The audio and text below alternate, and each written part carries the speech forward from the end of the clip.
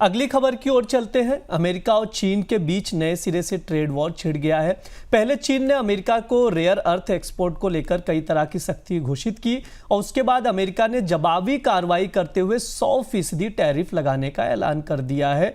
Trump ने कहा है कि 1 नवंबर से चीन पर 100% टैरिफ लगाएंगे। सर, अमेरिका और चीन के बीच में जिस तरह से चीजें चल रही है, तनाव बढ़ रहा है, तो क्या अमेरिका और चीन में क्या ये सौदेबाजी की नीति लग रही है?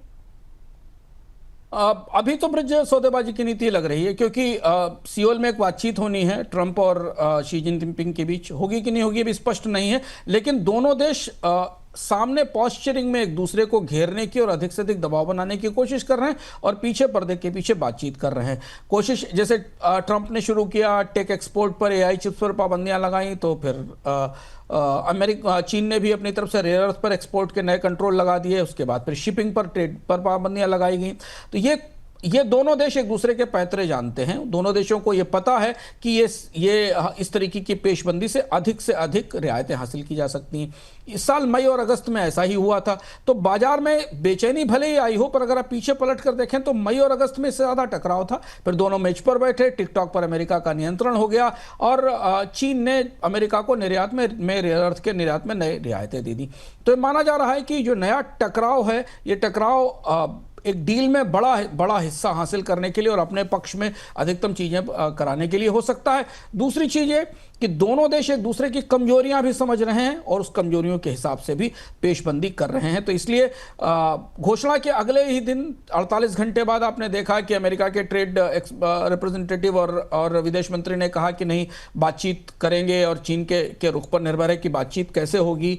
डोनाल्ड ट्रंप ने भी अपनी तरफ से अपने ट्रुथ सोशल पर एक ट्वीट किया जो कि थोड़ा मामले को शांत करने की कोशिश था। तो ये बेहद मजबूत पेशबंदी है चीन और अमेरिका के बीच व्यापार की संधि की तरफ बढ़ने के लिए। सर, आपसे ये भी समझना चाहेंगे कि पर्दे के पीछे दोनों की बातचीत क्या हो रही है, क्या बातचीत चल रही है? साथ ही सर ये भी बताइएगा क्या संभावित समझौता हो सकता है?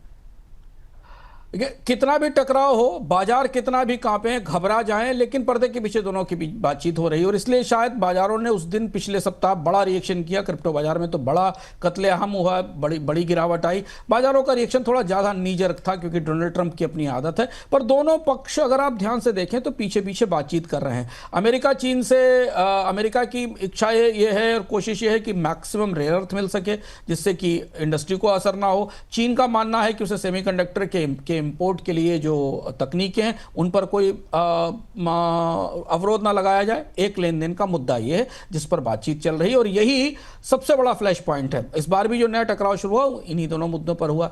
अमेरिका ये चाहता है कि कृषि पे, ऑटो पे, ऊर्जा उत्पादों पे चीन के बाजार में बड़ी जगह मिल जाए।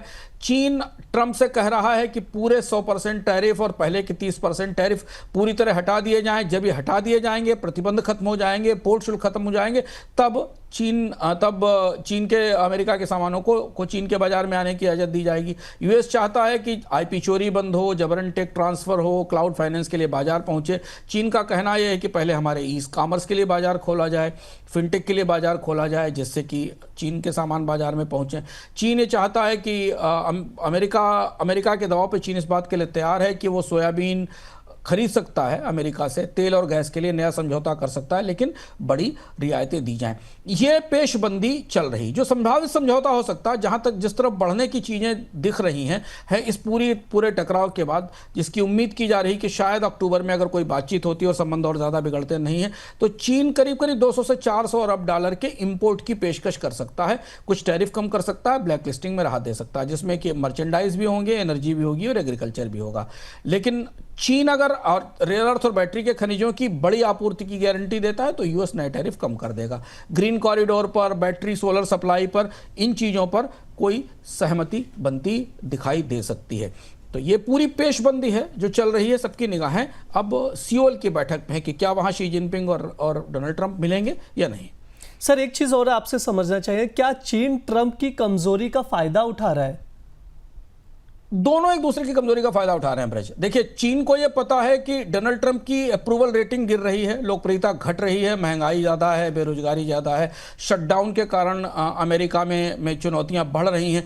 डोनाल्ड ट्रंप जिस तरह से इमिग्रेशन के अभियान चला रहे हैं अलग अलग राज्यों में, उसका बुरा असर उनकी छवि पर पड़ रहा है। जबकि डोनाल्ड ट्रंप को यह पता है कि चीन में आर्थिक उत्पादन तेजी से गिर रहा है, गहरा स्लोडाउन है, फैक्ट्री आउटपुट में गिरावट है, और अमेरिका को अपनी इतनी बड़ी चीन को अपने इतने बड़े मैन्युफैक्चरिंग सेक्टर के लिए नया बाजार चाहिए। तो दोनों एक दूसरे की कमजोरी समझते हैं।